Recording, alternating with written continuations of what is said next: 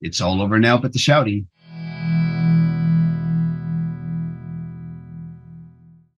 Hey everybody, this is TJR. If this is your first time here, welcome to the channel. If not, welcome back.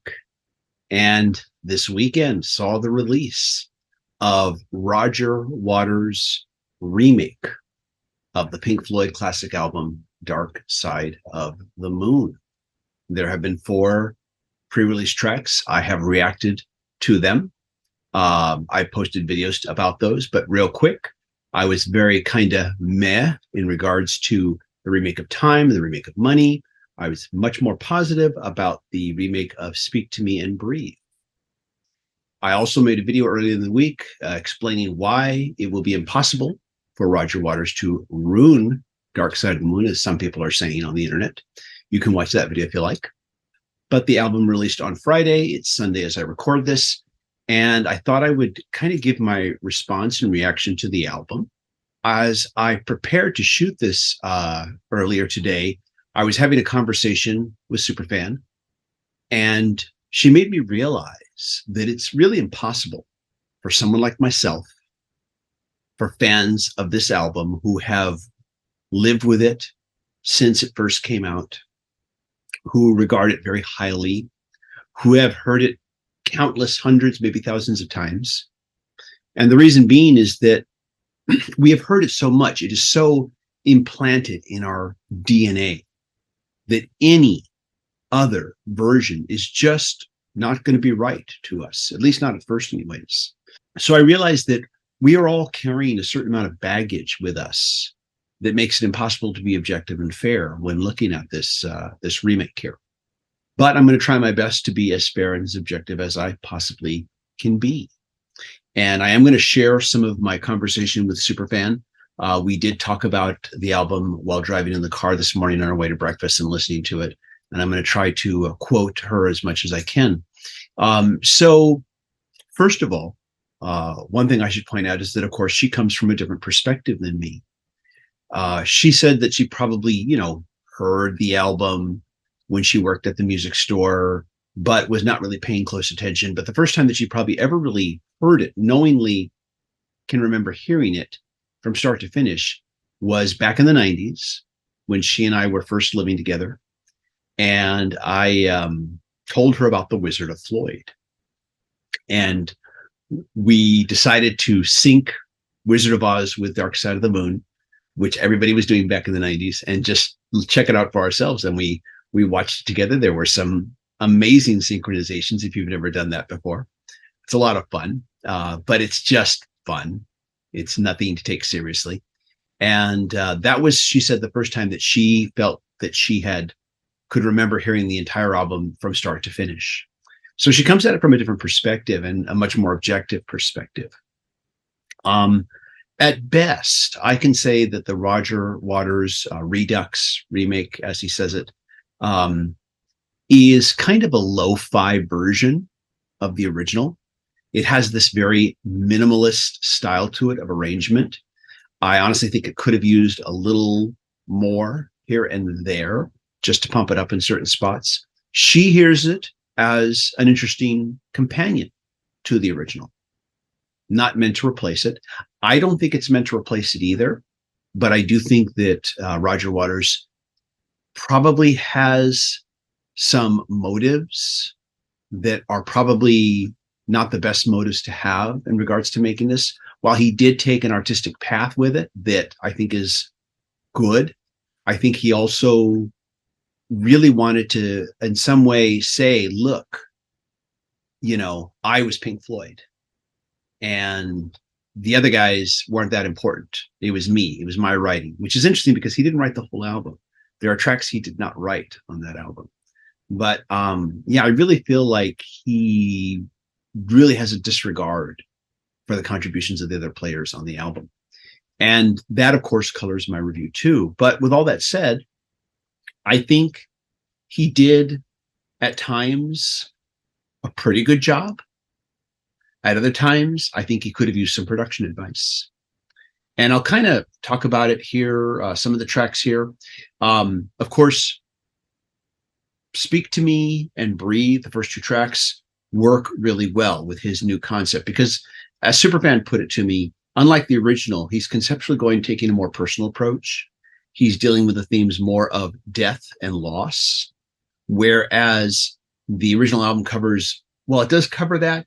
It also covers issues of mental illness, which some of the songs that cover that aspect of the original could be reinterpreted in this newer version as being more not so much mental illness, but the mental deterioration that sometimes, unfortunately, happens to us when we get older.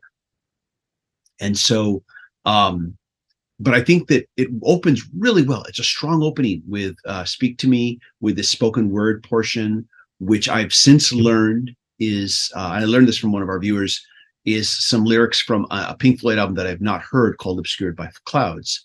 And this spoken word part works really well in Speak to Me to lead into Breathe, taking the whole album from the perspective of a man who is now approaching the end of his life, you know. And of course, Roger Waters in his 70s, you know, who knows? No one really knows how long they have, but certainly you're feeling your mortality more than you ever have before. He's probably feeling it more than I'm feeling it, and I'm in my 60s. So it just opens really strong, this remake. It doesn't replace the original, but it's a good reinterpretation. On the Run, he tries to have some more spoken word with an approximation of what Nick Mason created in the studio with the sound design.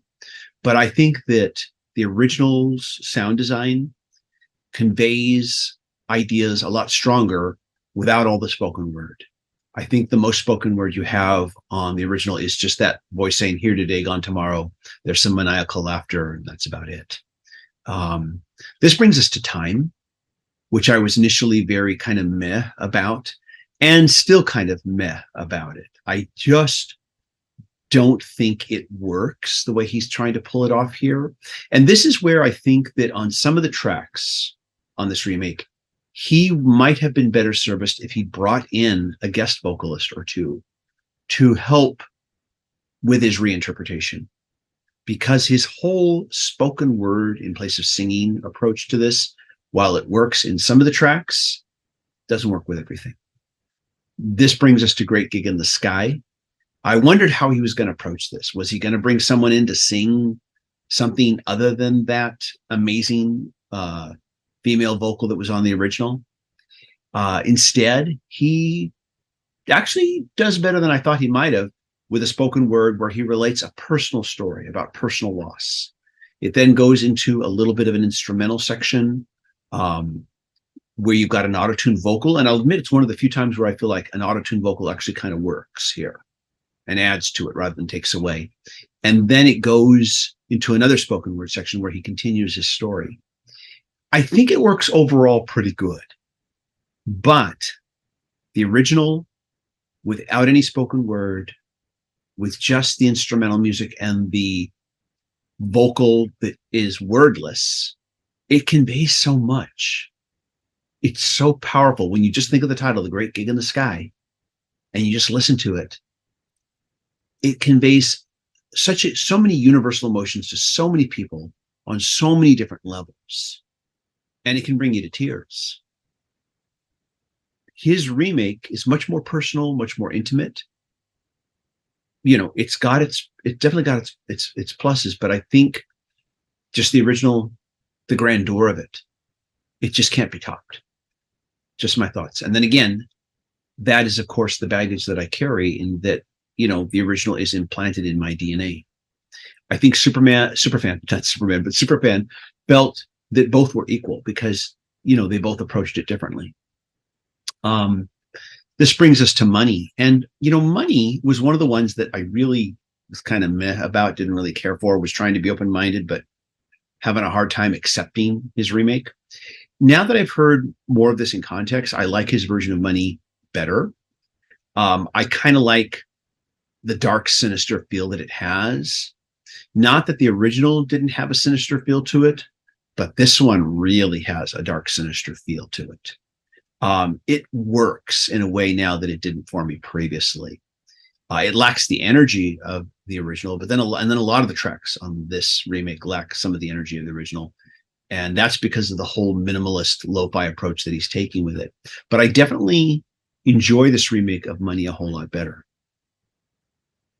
This brings us now to the last 4 tracks on the album, which is Us and Them, Any Color You Like, Brain Damage, and Eclipse. And Us and Them, very, very mellow song. And his kind of lo-fi mellow approach makes it even more mellow, to the point where, how shall I say, it kind of almost becomes sleep-inducing, in my opinion. Any Color You Like could have used more musical colors. And of course, there's more spoken word. Some of the spoken word works better in some spots than others. It's kind of a mixed bag at this point. And again, I may feel differently after I've maybe heard it more, but I'm honestly not sure how many times I'm going to really listen to this. When I could just play the original, I may say to myself, hey, let's replay his version of Money. That was pretty cool. Let's replay his version of Breathe. But I think a lot of the time I'm just not going to bother to go further with it. Brain Damage and Eclipse work a little bit better. There was at one point where we were listening in the car and I started singing along and I realized, oh, hey, I'm enjoying this. And this was on the song Brain Damage. And here I felt like it really was conveying it's the album's original themes of mental illness pretty well. Him with his older, rougher spoken word voice kind of worked as portraying somebody trying to hang on to sanity, trying to hang on to some level of cognizance. I thought it worked pretty good. Eclipse, not so much, because it lost a lot of the grandeur. And I think in his attempt to make everything different, there should have been moments where he looked at the original and said, I should maintain some of this. I should try to maintain some of what the original had. I don't think anybody would have faulted him for it, although I do have to give him credit. He could have just tried to remake the album as close to the original as possible, but he didn't. He really did try to put a different spin on things. But I think he could have benefited with the help of some other additional collaborators, vocally and even instrumentally. A number of times throughout this remake, there was a very kind of rock church organ type of sound, keyboard being played. And I thought if he just livened it up a little bit, give it just a little bit of pizzazz, it would wake the album up, wake the track up a little bit more. But he didn't. He kept everything so minimalist. And again, I feel like it was part of his need to say that the other guys weren't that important. In the end, it's more about what I wrote. And I just can't help but feel that way. I almost even wondered at one point if he wasn't going to say that because he replaced like Gilmour's guitar solos with his spoken word and put spoken word on, Nick Mason's sound design, that now he doesn't have to credit them. But no, he credited everybody where they needed to be credited, especially on The Great Gig in the Sky, which was, written by Richard Wright.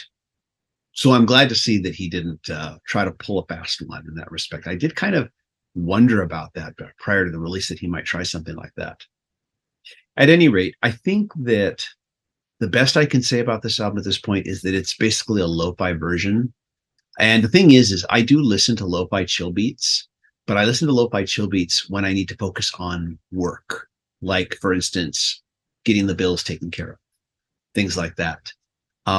Lo-fi chill music helps me concentrate on work that needs to be done. Lo-fi chill music is not something I listen to when I want to listen to music and have an experience with music. Anyways, though, so yeah, at best I can say this like kind of like a lo-fi chill version of the album. I do agree with Superfan's assessment that it is a companion piece to the original. It can be a companion piece if you want it to be. And I'm sure for some people it will be. I know some people have reacted better to this. Some people have reacted worse to it. I'm trying to be as fair as I possibly can be.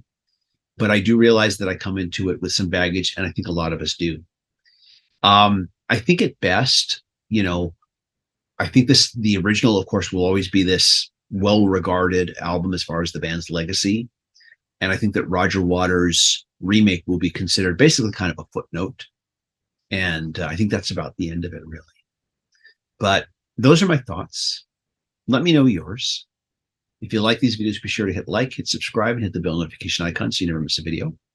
And I want to thank my Patreon supporters for all that they do. Patreon supporters do receive exclusive weekly videos not available on this channel.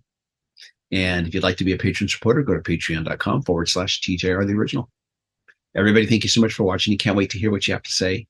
And we'll see you in the next video. Take care. Bye-bye.